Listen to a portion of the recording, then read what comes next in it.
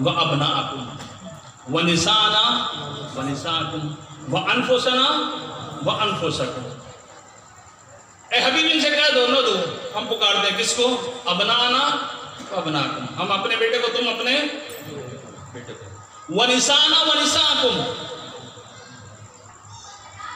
اب میں اس کا ترجمہ نہیں کر رہا، کل آپ دیکھ کے آئیں کہ اس کا ترجمہ کیا ہے.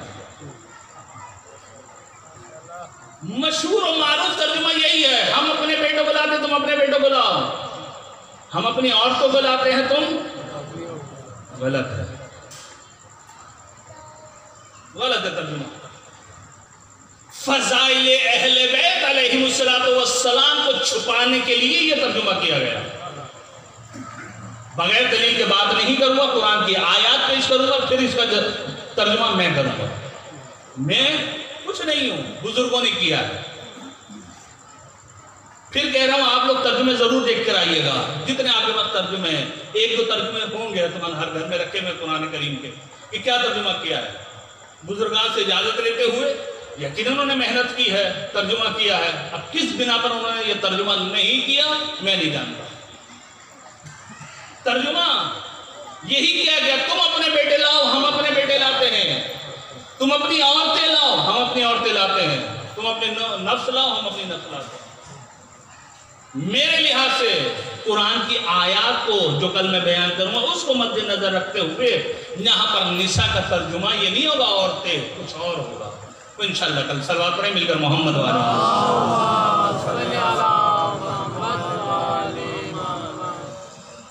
عزیزان گرامی، مجلس کے بعد یعنی میرے تقریر کے بعد جو ہے ذاکر اہل بیت زبار صاحب جو بکھر سے تشریف لے کر آئیں، انشاءاللہ وہ آپ کے سامنے مسائل اہل بیت علیہ السلام بیان کریں. ان کو سن کے جائیے گا.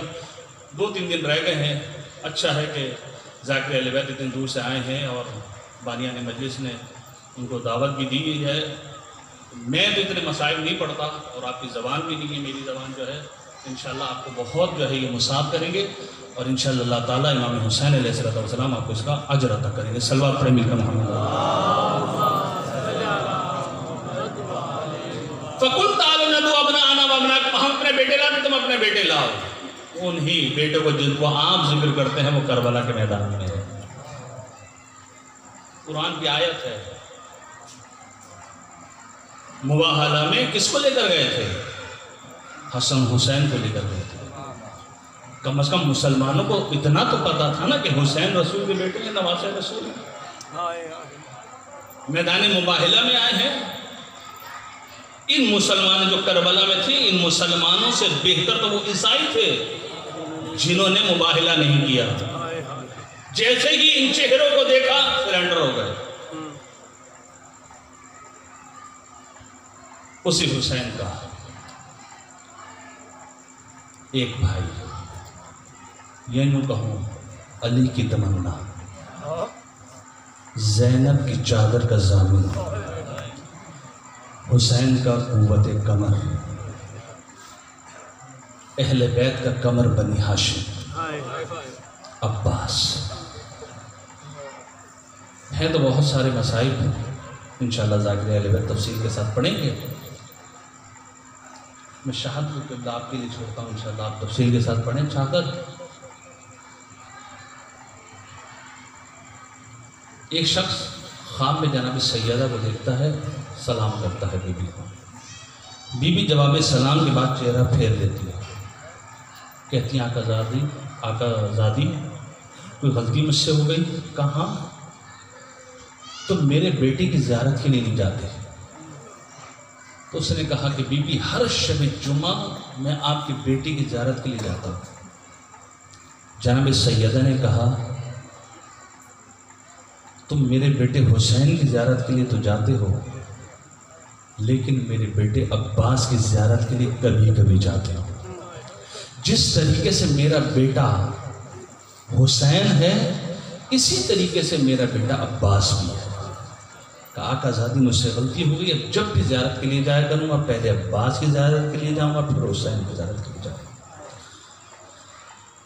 حضرت 18 سے کربلا والوں کو کہ عباس ہیں لشکر میں اور ثانیہ زہرا جب مدینہ سے چلی تھی تو خواتین کو کہا تھا تمہاری چادروں کی ضامن میں ہوں، لیکن جیسے ہی عباس کے سر پہ گرز لگا نا اور زین سے زمین پر عباس آئے ہیں تو ایک مرتبہ ثانیہ زہرا نے بیویوں کو جمع کیا اور جمع کرنے کے بعد ایک جملہ کہا، اے بیویوں، جس کے سہارے پر میں لے کر آئی تھی کہ میں تمہاری چادروں کی ضامن ہوں، وہ میرا بھائی عباس نہیں رہا، میں اپنی ضمانت واپس لے لیتی ہوں۔ اگر جب تک عباس زندہ رہے کسی میں جرت نہ ہوئی خیمے کا رخ کرنا، لیکن جیسے ہی عباس اور حسین اس دنیا سے چلے گئے ظالم خیموں کی طرف آئے، ثانیہ زہرا کی چادر کو اتارا، جیسا تم رب کو مزہ دارو۔ بس وہ وقت آتا ہے کہ جب یہ کارواں مدینہ پہنچتا ہے، میں نے سارے مسائل چھوڑ دی، انشاءاللہ ذاکر اہل بیت آپ کو سنائیں گے۔ حضرت جب یہ کارواں مدینہ پہنچا اور بشیر نے ایک ندا دی ہے، اے اہل یثرب، اب یہ مدینہ رہنے کے قابل نہیں رہا، حسین مارے گئے، حسین مارے گئے۔ حضرت کہتے ہیں کہ ایک ضعیفہ برگا پوش بی بی عصا کا سہارا لیے ہوئے گھر سے نکلی اور کہا، اے بشیر تو کیا کہہ رہا ہے کہ حسین مارے گئے؟ کہا ہاں بی بی، حسین کربلا میں مارے گئے۔ کہا عباس کہاں تھے؟ عباس کہاں تھے؟ کہ ایک مرتبہ کہ عباس بھی مارے گئے۔ حضرت ایک مرتبہ بی بی نے کہا عباس کیسے مارے گئے؟ کہا کہ عباس کے سر پہ گرز لگا۔ ایک مرتبہ بی بی ام البنین نے کہا، اے بشیر، کسی ماں نے ایسا بیٹا پیدا ہی نہیں کیا جو میرے بیٹے کے سر پر وار کر سکے۔ توجہ کیجیے گا زیادہ، تھوڑا سا سن کے روئیے گا۔ کسی ماں نے ایسا بیٹا پیدا نہیں کیا کہ عباس کے سر پر وار کر سکے۔ میں ماں ہوں عباس کی، میں نے پالا ہے۔ عباس تو گرز کو 2 انگلیوں سے اٹھا کر پھینک دیا کرتا تھا، کس میں جرت کہ عباس کے سر پر وار کر سکے؟ ایک مرتبہ بشیر کہتا ہے بی بی نہیں، عباس کے سر پر ایسے وار نہیں ہوا۔ اے بی بی، پہلے عباس کے دونوں بازو قلم ہوئے تھے، اس کے بعد عباس کے سر پر وار کیا گیا۔ عزادارو ایک مرتبہ جب یہ سنا نا تو بی بی نے کہا ہاں اب ہو سکتا ہے کہ میرے بیٹے کے بازو نہیں تھے تو کسی نے سر پر وار کیا ہوگا۔ ہاں عزادارو، میں آپ سے ایک سوال کرتا ہوں، جب کوئی گھوڑے سوار جھیل سے زمین پر آتا ہے تو پہلے اس کو کس کا سہارے کی ضرورت ہوتی ہے؟ ہاتھوں کے سہارے کی ضرورت ہوتی ہے، لیکن میرا غازی سرکار جب جھیل سے زمین پر آیا تو دونوں ہاتھ تھے نہیں، ارے منہ کے بل زمین پر گر پڑا۔ ہازادار دشمن اہل بیت مروان وہ یہ کہتا ہے، میں رات کو اکثر دیکھا کرتا تھا ایک بی بی گھر سے نکلا کرتی تھی اور بکی جایا کرتی تھی اور رویا کرتی تھی اور جناب سیدہ کو پرسا دیتی تھی اور کہتی تھی بی بی ام البنین بڑا شرمندہ ہے، زینب کی چادر کو چھینا اور سکینہ کو تماچے لگائے۔ اے بی بی، مجھے یقین نہیں آتا میرے بیٹے عباس کے سامنے سکینہ کو تماچے لگے ہو، زینب کی چادر کو چھینا ہو۔ اے بی بی، کسی ماں نے ایسا بیٹا پیدا نہیں کیا جو سکینہ کے تماچے لگا سکے، ثانیہ زہرا کی چادر چھین سکے۔ لیکن بی بی، جب مجھے یہ بتایا جاتا ہے نا عباس کے بازو قلم ہو گئے، عباس کے بازو کٹ گئے، اس کے بعد سکینہ کے تماچے لگے، زینب کی چادر چھینی۔ اے بی بی، ام البنین شرمندہ ہے میرے بچے کے بازو۔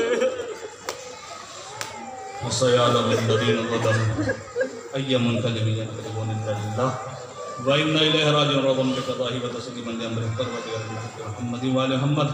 ہماری اس عبادت کو اپنی بارگاہ میں قبول منظور فرما، بانین مجلس حاضرین مجلس بحاجت شرعین کو پورا فرما، جو مریض ہم کو صحت کاملہ عاجلہ عطا فرما، ہم سب کو کربلا کی زیارت نصیب فرما، اپنی آخری حجت امام زمان کے ذکر میں تاجیل فرما۔ ربنا